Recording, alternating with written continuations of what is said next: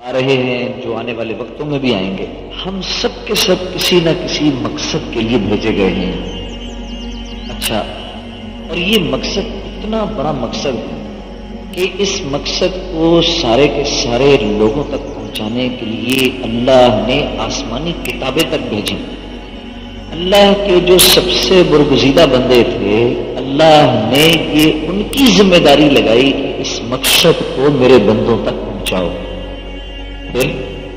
حضرت عبد الرحمن بن عوف کے بارے میں آتا ہے، مسجد نبوی میں بیٹھے ہوتے تھے رسول اللہ صلی اللہ علیہ وسلم کے ساتھ. بیت الخلا جانے کے لیے مسجد سے باہر نکلتے تھے تو لوگ پڑ جاتے تھے پیچھے. حضرت میں مال لائے ہوں، خریدیں گے؟ ہاں بتاؤ بھائی تم کیا لائے ہو، تم کیا لائے ہو، تم کیا لائے ہو، تم کیا لائے ہو. اچھا جی میں اتنے، اچھا ابھی لے لینا، زور کی نماز کے بعد پیسہ لینا، تم بھی تم بھی تم بھی تم بھی سب. بیت الخلا کے نہیں نکلے، بیت الخلا سے واپس آئے، حاجت پوری کر کے واپس آ گئے، لوگ چمڑ گئے. حضرت یہ مال ہے، یہ مال چاہتے ہیں ہم، ہے آپ کے پاس؟ ہاں ہے. کتنے کا؟ اتنے کا.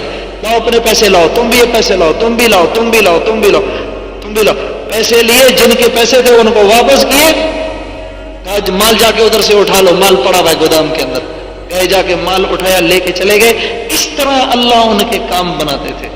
ہاں جب اللہ سے ڈرو گے، آپ صلی اللہ علیہ وسلم فرمایا کرتے تھے عبد الرحمن رحمان کا تاجر ہے. میرے دوستو، ہم دیکھتے ہیں یہاں بارشیں ہوئی، جو اللہ کے جتنے دوست تھے کسی کی فصل خراب نہیں ہوئی، سارے نافرمانوں کی فصل تباہ و برباد ہو گئی. ہاں نفع نقصان یہ زمین کیا کر سکتی ہے؟ اس کے اوپر چارپائی لگا کے بیٹھ جاؤ، یہ میری زمین ہے، یہ زمین کیا کر سکتی ہے؟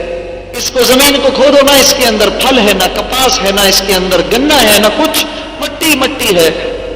یہ زمین تم کو مجھ کو فائدہ پہنچانے میں اللہ کے امر کی محتاج ہے. مسلمان کو ہی جب یہ سبق نہیں پتا تو ہم غیروں تک اس بات کو کیسے لے کے جائیں؟ ہاں میرے پیاروں، اور یہ کس بنیاد پہ ہے؟ غلط یقین کی بنیاد پر. غلط یقین کی بنیاد پر ساری زندگی اللہ کے غیر سے ہونا سنا تو بعد میں زبان سے بھی اللہ کے غیر کا ہی بول نکلتا ہے.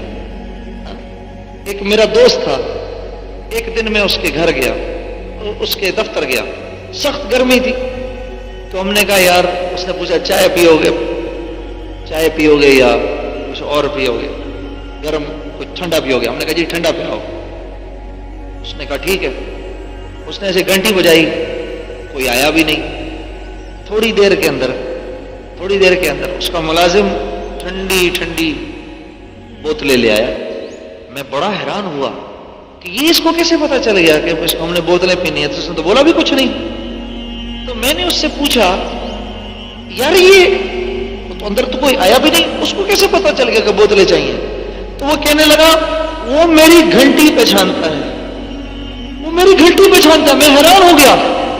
میں نے کہا یہ ملازم جس کو نہ اس نے پیدا کیا، نہ وہ اس کا رب ہے، مہینے کے آخر میں اس کو تنخواہ دیتا ہے، یہ گھنٹی کو پہچانتا ہے.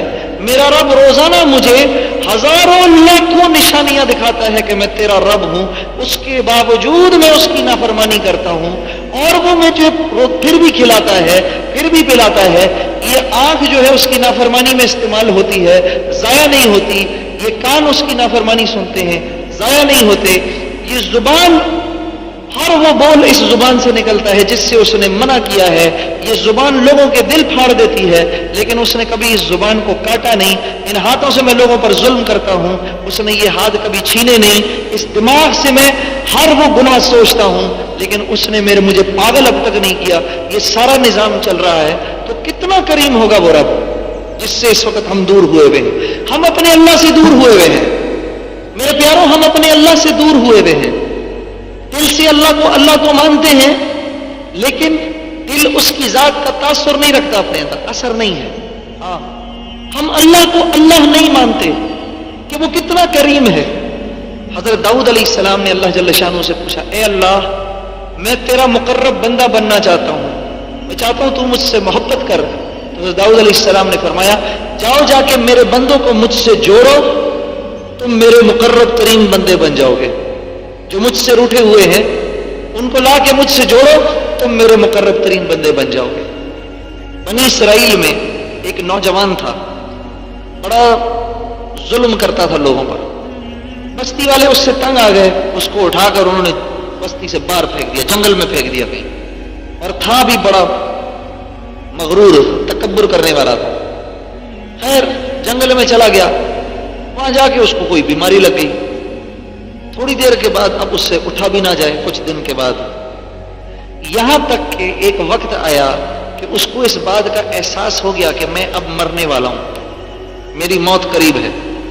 تو اس نے اللہ سے ایک دعا کی، اس نے کہا اے اللہ، اگر مجھ کو سزا دے کر تیری بادشاہت میں اضافہ ہوتا ہے تو تو مجھ کو ضرور سزا دے، اور اگر مجھ کو معاف کر کے تیری عزت میں کوئی کمی نہیں آتی تو اے اللہ تو مجھے معاف کر دے، دیکھ میں کس حالت میں پڑا ہوں، میں نے یہ سنا ہے جس کا کوئی نہیں ہوتا اس کا تو ہوتا ہے۔ یہ جملے اس کے منہ سے نکلے اور اس کا انتقال ہو گیا۔ اللہ جل شانہ نے وقت کے نبی کو وحی بھیجی، جنگل میں جاؤ، وہاں میرا ایک ولی پڑا ہے، جتنے شہر کے لوگ ہیں ان سے کہو کہ جا کے اس کی نماز، جو اپنی مغفرت چاہتے ہیں جا کے اس کی نماز جنازہ پڑھے۔ سب کے سب لوگ چلے گئے، جب وہاں پہنچے تو دیکھا یہ تو وہی آدمی تھا، یہ تو وہی آدمی ہے جس کو ہم نے نکال کے باہر پھینکا تھا، یہ آدمی۔ تو نبی نے کہا یا اللہ، یہ تو ظالم، اس کو تو ہم نے باہر نکال کے پھینکا تھا، یہ کیسے آپ نے اس؟ تو اللہ جل شانہ نے فرمایا جو تم لوگ دیکھ رہے ہو یہ بھی سچ ہے، اور جو میں کہہ رہا ہوں وہ بھی سچ ہے۔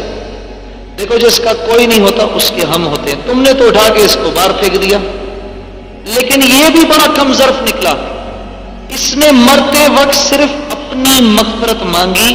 مجھے اپنے عزت و جلال کی قسم، اگر اس وقت یہ ساری کی ساری انسانیت کی مغفرت مانتا ہم سب کو معاف کر دیتے۔ اللہ ایسے ہیں جن سے ہم کٹے ہوئے ہیں، اور ہمارے ہاتھ میں ہے بھی کچھ نہیں، ہمارے ہاتھ میں ہے بھی کچھ نہیں۔